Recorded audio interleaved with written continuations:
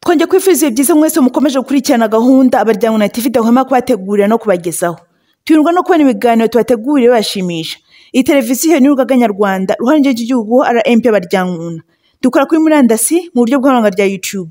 Tuwe no gushimira ngo mwese mwakoze subscribe kuri televiziyo ikubitije makubuye. Batara ko subscribe nawe wakwitira kubikora hasi ugakanda kuri iyo nzogera ugasangiza abandi ndisibona tanga intekerezo cyawe. Muri aka kanya muri kumwe nanjye ura Centre mfatanyije na nanjye Honore Murenzi, nanjye Mucyo Didier, nanjye Uwamwezi Cecile, nanjye Ndahiro Ernest ndahabaye kandi mboneyeho kubaha ikaze.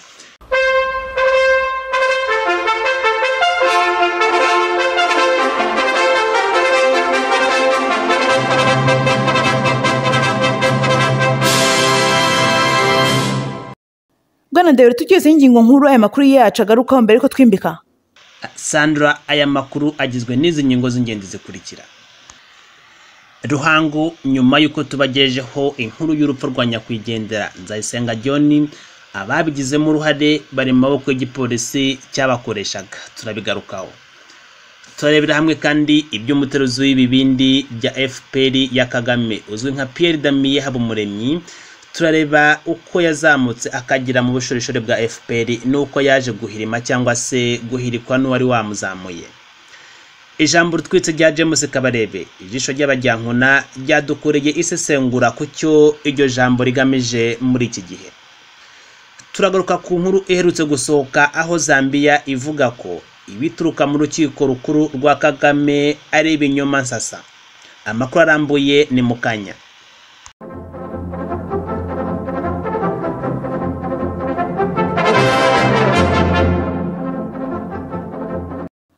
Amakuru yacu turatangira mu Ruhango aho babiri muri batatu bakubita bakica bakanagambanira abaturage ku gatsiko bari mu maboko y'igipolisi cyabakoreshaga nyuma yo kwivugana Nzayisenga John. Mucyo bahafi bitugezeho. Sandara mu karere ka Ruhango ibintu byahinduye isura. Ibyo bibaye nyuma yuko umucuruzi Majyambere Simon akubise Nzayisenga John bikamuviramo gupfa, kandi na nyuma y'ubutumwa bwiza bw'impinduramatwara agacanzigo bukubiye mu muburo Abaryango nabageneye abitwa ko bashinzwe umutekano mu Rwanda rwa Kagame. Ubu muri ako karere igipolisi cya Kagame gikorera i Kigali nicyo kimanukiye kikaba kirirwa kirebozwa ngo kirashaka ibiro by'Abaryango biri muri ako karere. Bikaba rero byabereye umwicanyi Majyambere Simon wishe Nzayisenga John, none ubu akaba afunzwe aryozwa ubwo bwicanyi. Kimwe n'utundi turere twinshi tw'u Rwanda, Ruhango nayo iri mu turere twakiriye ubutumwa bwiza bw'impinduramatwara agacanzigo ku bwinshi, kandi abaturage bakagaragaza ko ubwo butumwa bwabashimishije, nubwo igipolisi cya Kagame cyohereje maneko nyinshi ngo zishake abatanze ubwo butumwa hagafungwa benshi. N'ubu icyo gipolisi kikaba kirirwa gikanuye igishaka Abaryango.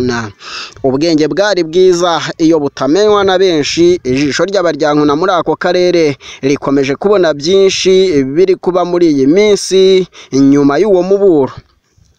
Bimwe mu bikomeye byabaye ni ifungwa rya Majyambere Simon n'umukozi we Nyandwi Innocent bakubise Nzayisenga John bikamuviramo gupfa.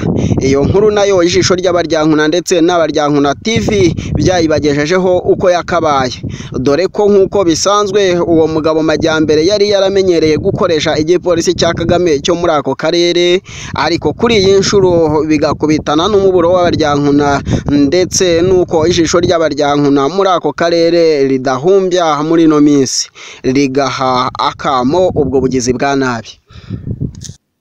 Urakoze Mucyo. Kwa 12 Nyakanga 2020 nibwo Majyambere Simon yagejejwe kuri sitasiyo y'igipolisi cya Kagame ya Ruhango, akaba akurikiranyweho ibyaha birimo gukubita, gukomeretsa ndetse n'ubwicanyi. Kuri wa 16 Nyakanga 2020 nibwo Majyambere Simon yaburanishijwe n'urukiko rw'ibanze rwa Ruhango. Wamwezi tugeze byavuzwe mu iburanisha. Sandra mwiburanisha umucamanza yamenyesheje Majyambere Simoni ibyaha aregwa birimo gukubita no gukomeretsa ndetse n'ubwicanyi byakorewe Nzayisenga John bikanamuviramo urupfu, aho yakubitiwe mu rugo rwa Simoni Majyambere apfutswe ibitambaro mu maso ndetse akamukubita afatanije n'umukozi we witwa Nyandwi Innocent. Nk'uko nyakwigendera atarapfa yabitangarije umujyanama w'ubuzima wo mu kagari ka Buhoro umurenge wa Ruhango, ubwo Nzayisenga John yajyaga kwivuza ku mujyanama w'ubuzima akamuburamo malariya. Nzayisenga yabwiye umujyanama w'ubuzima ko arwaye inkoni yakubitiwe mu rugo rwa Majyambere Simoni, azikubiswe n'uwo Majyambere afatanije na Nyandwi Innocent.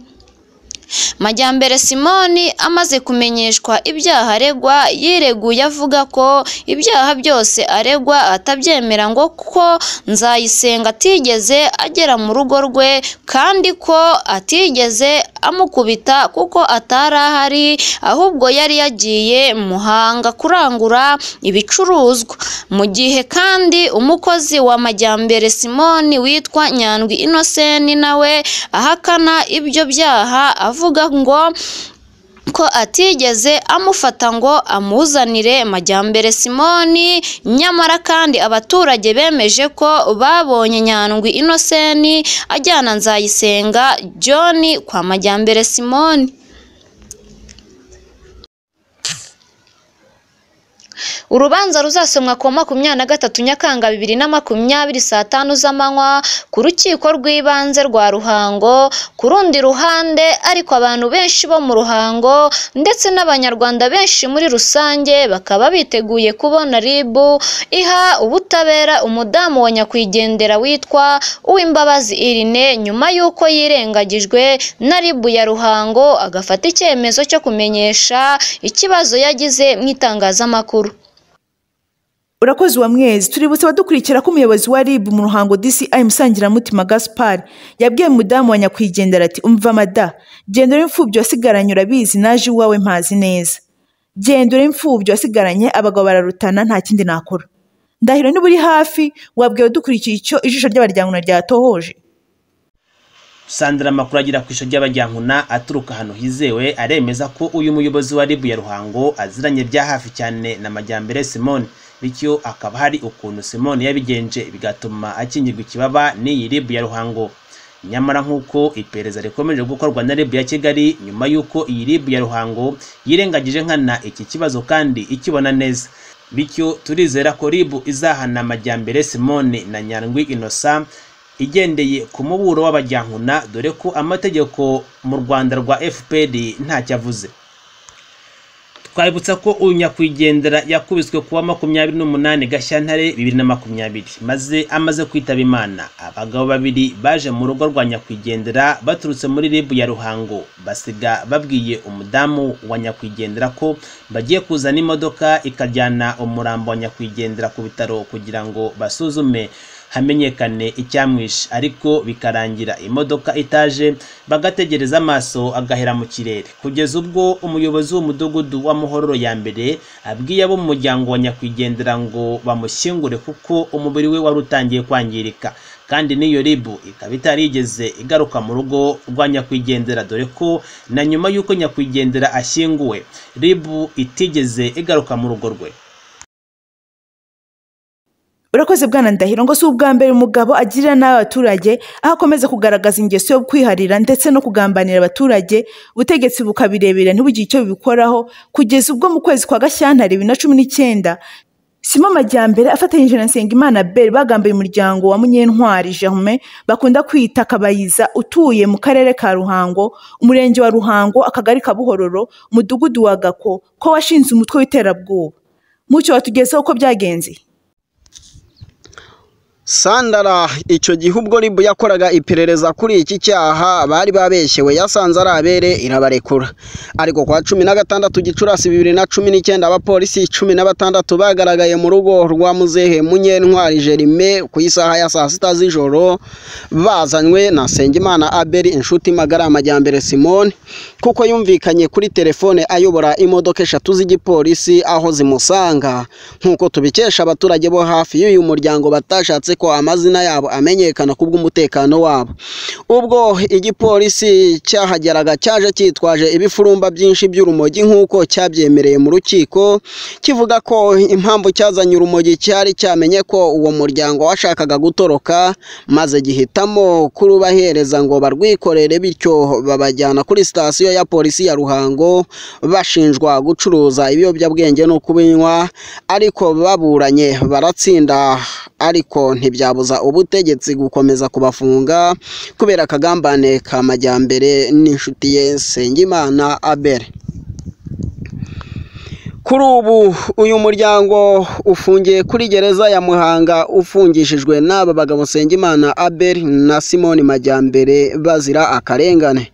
Abaturage baribaza impamvu Majyambere Simone na Nsengimana Abel bakomeza kugaragarwaho n'iyi ngeso mbi iyo guhekura rubanda rugasigara iheruheru leta ntigira icyo ibikoraho, dore ko uyu mugabo Nsengimana Abel yigeze gukubita umuturanyi we witwa Mubera amuziza ko amubonye aca urubuto rw'umwembe ku giti cye aramufata akora nka mugenzi we Majyambere Simone amujyana mu rugo iwe aramukubita bimuviramo uburwayi ariko Imana ikinga ukuboko ntiyashiramo umwuka.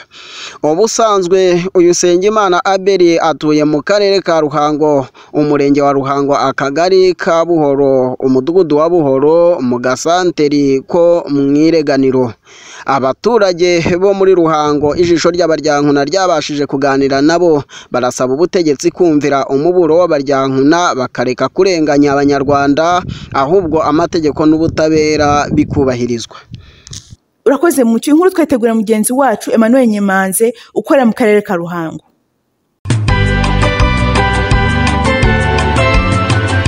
Suzana karame mugabo mwiza iyo hino mubwire ari umwitabye haryo uriya mwana wacu Muhire amaze kugira imyaka ingahera. Uravuga Muhire urabona atamaze gusazara ubu ni yujuje imyaka 25. Reka ndebe haryo twamubyaye ryarira twamubyaye muri 98 ubundi se umugeni wamuboneye ni ibiki bituma ubaza imyaka ye? Ngira ngo mushyibere uragasanya rugira azamujyane kurahira muri FPR. Yego uko mwana wabuze se agasigara yangara niko wa mugabo iyo FPR si ituraje ihinga udufaranga nari kwigurira imbuto si waduhaye rugira uwo ngo ni imisanzu ya FPR na hari umwana urihira ishuri kandi wa mugore uzankorera ishyano urashaka kuneza barabicanye. Ariko papa ko numva musa nk'abatongana byagenze bite? Ekundorere mwana wa dere ngo se arashaka kukujyana kurahira muri za FPR. Reka tumujyana arahire ingoma murayiramya ko yange nzizo zasanga ugihumeka. Umva papa nawera ibyo bisubizo bikuye ubwo yabikemeye amakuru yose washaka waya singuciye mu ijambo umbabarire nk'umubyeyi. Uzi ko FPR ushaka ngo ujye kurahiramo yo na Kagame bashinzwe kugira uruhare muri genocide. Igihe twahereye tabirambiwe ibi si ibintu by'u Rwanda. Uzi ko FPR RDF na Kagame wabye bashinzwe ibyaha byibasiye inyoko muntu haba hano mu Rwanda ndetse no muri Kongo. Ziradaso polisi n'abasekare rwo barasaba abantu FPR na Kagame babitera abantu barunzwe muri gereza abasenyerwa abamburwa ibyabo n'ababuzwe epfo na ruguru FPR na Kagame. None ngo ninjye kurahira reka neva ibyo si byashoboka singiye kwigaragura mu kidendezi cy'amaraso yamenywe na Kagame na FPR ngo nukurahira wapi papa ibyo bintu ntago bishoboka kwera umbabarire kandi Manoga gasharije ibyo umwana wanjye avuganye njye kuraba rubayiza nabanze Imana nababyungura bose mbabwira ibi bintu tubivemo tubivanemo n'abana bacu.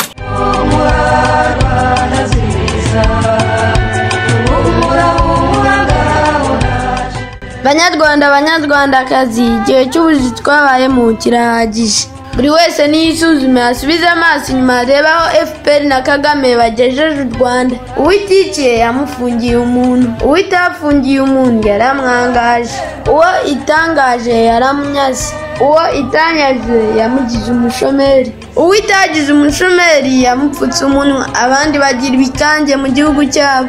Igihe kirageze ngo twitandukanye nayo, tutazasangira ibyago nayo. Ubu butumwa mubugejejweho n'urugaga nyarwanda ruharanira igihango cy'igihugu RANP Abaryankuna.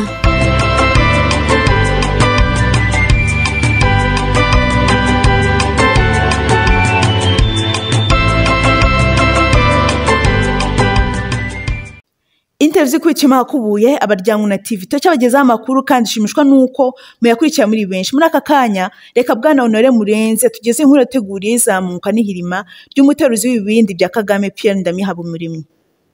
Urakoze Sandra. Pierre Damien Habumuremyi ni umugabo wazamutse kugeza ubwo abaye minisitiri w'intebe, wakoranaga imbaraga muri byose, aza guhabwa uwo mwanya nk'ingororano yo kuba yarayoboye komisiyo y'amatora yimitse umwami Kagame muri 2003 na 2010. Ni gute uyu mugabo yaje kumanurwa n'uwamuzamuye buhoro buhoro kugeza yisanze muri gereza aho yicaye muri iyi minsi.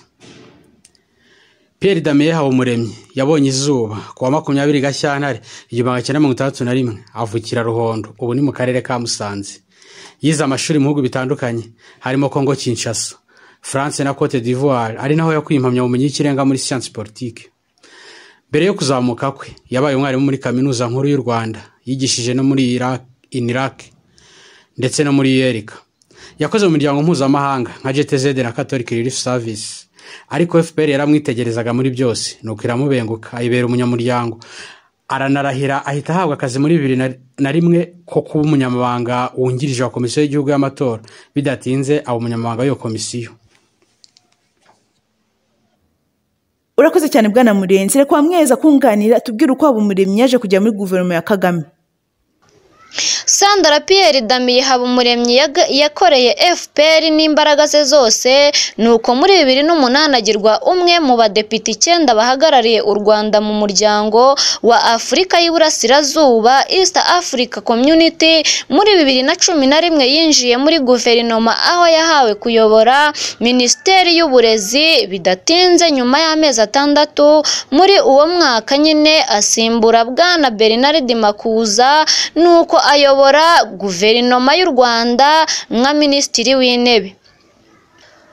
Pierre Damien Habumuremyi yagaragaje n'imbaraga ze zose ko akora nk'umugaragu igihe yari minisitiri w'intebe. Dufashe ingero ebyiri: igihe Colonel Patrick Karegeya wahoze ashinzwe iperereza rya Kagame yiciwe muri Afurika y'Epfo, umwe mu bishimiye urwo rupfu ni Pierre Damien Habumuremyi dukurikije ibyo yatangaje kuri Twitter ye.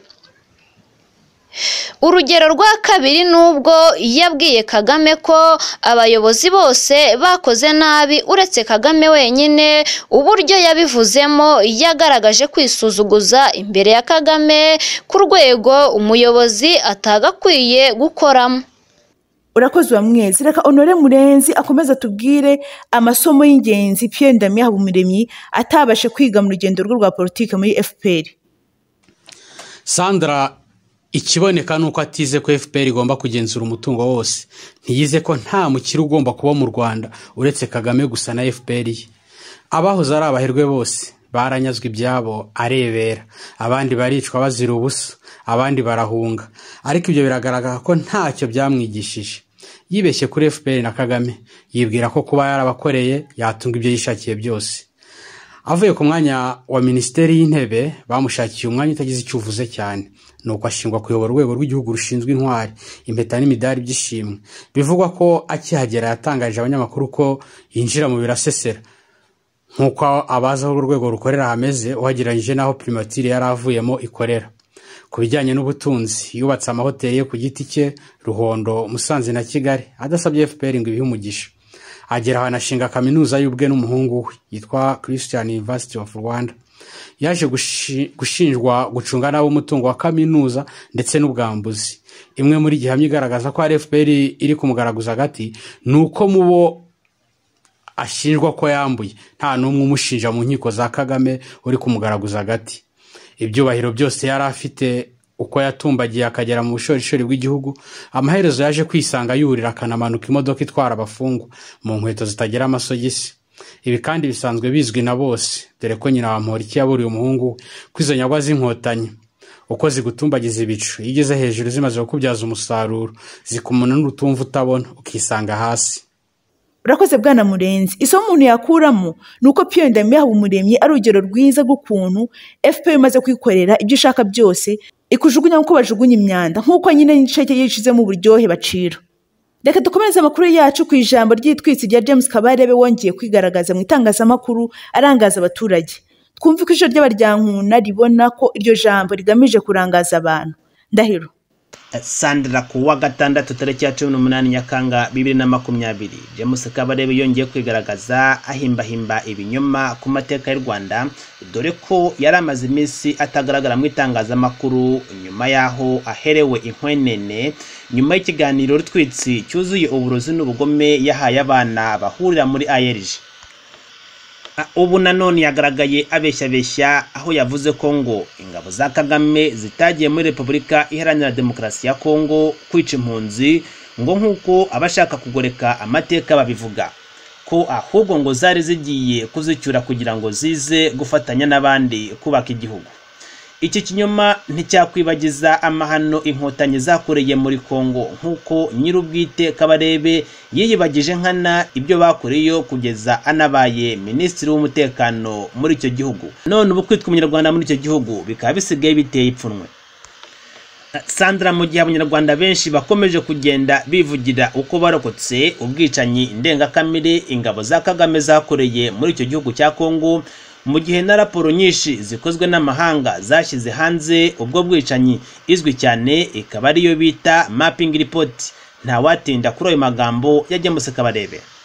Nibyo kuko Ndahiro, ijoro ry'abaryankuna ryitegereje risanga uyu ari umugambi wo kurangaza abanyarwanda FPR ikoresha yo ikoze mu nda. Bwana Mucyo we tugeze mu buryo burambuye. Sandara, nk'uko bikomojeho bimaze kumenyekana no kuboneka ko iyo FPR ikoze amakosa akomeye cyane iyo yikoze mu nda ihita ishakisha uko yasohora indi nkuru irangaza abantu. Iyo nkuru ikaba karusho iyo ije ibiburwango mu banyarwanda cyangwa yubaka urukuta hagati y'abanyarwanda bo mu byiswe amoko y'abatutsi n'ay'abahutu. Nta gushidikanya muri iyi minsi umwuka wateye FPR urakaze. Niba ari umuzimu cyangwa umwuka w'inzirakarengane zitabarwa FPR yishe, uri kuyitera nta wabimenya.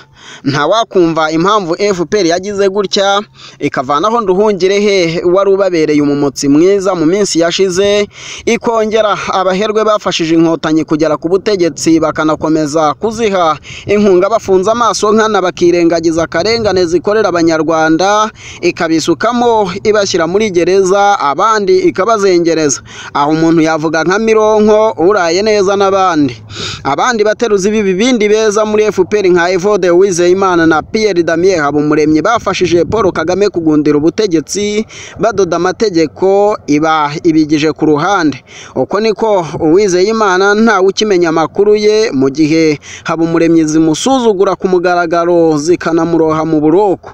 Ariko hejuru y'ibyo byose inkotanyi zishe Kizito Mihigo, umuhanzi impirimbanyi abanyarwanda benshi bibonagamo, zifunga umusaza Barafinda uvugira rubanda rugufi, zisenyera abaturage, n'ingabo za Kagame zihora mu bagore zifata ku ngufu n'ibindi bizazane byinshi. Urakoze Mucyo kwa Mweza kunganire atubwira ingaruka z'ibyo umaze kutubwira. Sandra, nta washidikanya ko abanyarwanda barambiwe inkotanyi, abanyarwanda kandi bakaba banga urunuka inkotanyi. Abanyarwanda benshi baba hanze y'u Rwanda bagaragaza ko batazongera guturuka hanze ngo bagiye kubaka u Rwanda cyangwa gushora imari zabo mu Rwanda. Abanyarwanda batangiye guhumuka bakabona umwimerere w'inkotanyi ari wo urwango rushingiye ku moko no kudakunda abenegihugu. Ibyo bikaba ari byo birimo birahagurutsa abambari ba FPR harimo na Kabarebe ngo baze bakoreshe jenoside cyangwa ubwicanyi butiswe jenoside barangaza abanyarwanda. Urugero rwumvikana neza ni ukuntu ku mbuga nkoranyambaga abenshi baganiraga ku birori bizakorwa ejo bundi byo kwizihiza isabukuru y'amavuko ya nyakwigendera Kizito Mihigo. Ntibitangaje rero ko FPR n'abambari bayo basohora amagambo rutwitsi bakabya cyangwa bahakana amwe mu mahano yakorewe abanyarwanda bagamije kurangaza abanyarwanda no gupfuka ibindi biganiro byose. Urakoze uwa mwezi, reka dusoze iyi nkuru twibaza nk'aho Kabarebe yavuze ngo miliyoni 3 zapfa ahantu ntaboneke n'umurambo n'umwe. Miliyoni 6 n'abantu bapfa bakazimira ntubone n'umwe. Ibyo ni ukwigiza nkana kandi ntaho bitandukanye na wa musirikare wo mu ngabo za kera za Habyarimana avuze ngo muzana abo nishe banshinje. Koko nta ntera hamwe nta nkotanyi. Turasaba Abanyarwanda kutarangazwa n'iyo manipulation, ahubwo bakomeza gusaba FPR gukemura ibibazo bahura nabyo. Tugana ku musozo w'aya makuru, Bwana Murenzi waba hafi maze nyuma y'itangazo ry'abaryankuna ugatugezaho uko Zambia yamaganye ibinyoma byaturutse mu rukiko rukuru rwa Kagame. Aya makuru atariho umukungugu n'ahandi bayasanga atari ku Baryankuna TV. Kora subscribe, uduhe like, ukore share, unatanga igitekerezo cyawe. Ubundi udukurikire kuri Facebook yacu RANP Abaryankuna no kuri Twitter @Abaryankuna. Ushobora no kutwandikira kuri email yacu abaryankuna@info@gmail.com. Ahasigaye kurikirane niyumvire uko Baryankuna akubitira ikinyoma akuye n'akaropye.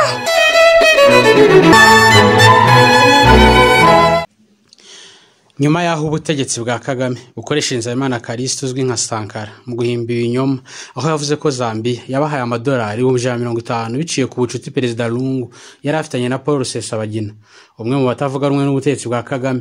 Ubuyobozi bukuru bwa Zambia bwamaganye icyo kinyoma mu cyumweru cyashize tariki ya 14 Nyakanga 2020. Nkuko biboneka mu itangazo rigenewe abanyamakuru ryasohowe n'ushinzwe amakuru mu biro by'umukuru w'igihugu cya Zambia Bwana Isaac Chipambi, yavuze ko ibyarimo bikwirakwizwa n'ibitangazamakuru byo mu karere ndetse n'ibyo mu mahanga bivuye mu rukiko ruburanisha ibyaha by'iterabwoba n'ibyambukiranya imipaka bivuga ko nyakubahwa Dr Edgar Chagwa Lungu, umukuru w'igihugu cya Zambia, yaba yaratanze amafaranga mu gufasha umwe mu mitwe irwanya u Rwanda, ko bigomba gufatwa nk'ibinyoma. Iryo tangazo riragira riti: ibiro by'umukuru w'igihugu birashaka kuvuguruza byivuye inyuma ibyo birego kandi byifuza gutangaza mu buryo budashidikanywaho ko ibyo birego ari ibinyoma, bikaba binagomba gufatwa bityo. Iryo tangazo ryongeyeho ko guverinoma, abaturage ba Zambia n'u Rwanda bakomeje kugirana umubano mwiza ushingiye ku buvandimwe, ubwubahane no ku nyungu rusange ndetse no ku ndangagaciro n'amahame bihuriyeho. Urakoze Bwana Murenzi. Ndahiro tugezaho amakuru yageze ku ijoro ry'Abaryankuna nyuma y'uko Sankara atangaza icyo kinyoma. Sandra, ayo makuru nuko Sankara yaba yarafatiwe mu gihugu cya Zambia mu buryo butemewe n'amategeko mpuzamahanga, bityo guverinoma y'u Rwanda ikaba irimo irikingira ikibaba. Gusa ijisho ry'Abaryankuna riracyatoza ayo makuru, nirisanga atari byo rizayibamenyesha. Gusa nta gitangaje ko Nzeyimana Callixte yiregura yemera ibyaha 17 byose leta ya Kagame imurega, harimo n'icyo guhakana jenoside yakorewe Abatutsi nawe ubwe yarokotse ikanahitana umuryango we, kuko aba yategetswe kubivuga hakoreshejwe iterabwoba cyangwa ukuyobya ubwenge bwe bamutera imiti. Ukuri kw'ibibera mu nkiko za Kagame, nyakwigendera Kizito Mihigo mu gitabo yanditse yasobanuye uko bigenda, aho nawe yireguye yemera ibyaha byose akanabisabira imbabazi. Urakoze Ndahiro. Nyuma yo kumenya ibyo FPR ikorera ikanakoresha umuntu mu maboko yayo, turize tudashidikanya ko nta uzarangazwa cyangwa ngo yizere icyo kimwe ubutegetsi bwa Zambia bwateye utwatsi ndetse ukanagifata nk'isuzuguritse cyane. Tugana ku musozo w'amakuru yacu, reka tubabwire amakuru tugezeho mu kanya avuye mu Ruhango avuga ko abagabo babiri twavuze mu makuru yacu ya mbere aribo Majyambere Simon n'umukozi we Nyandwi Innocent ubamaze gutanga ifurumba by'amafaranga bakaba baraye barekuwe. Aya makuru turakomeza tuyakurikirane, tuzayabagezaho amakuru yacu ataha. Aha naho dusoje amakuru yacu, dushima itsinda rigari ry'abanyamakuru ryaduteguriye. Mwajijwe nanjye wera Sandra kandi ifatanyije bagenzi banje wamwe Cecile, Mucyo Didier, Honore Murenzi na Ndahiro Ernest. Mbona no kubashimira naho utaha, Imana ibarinde.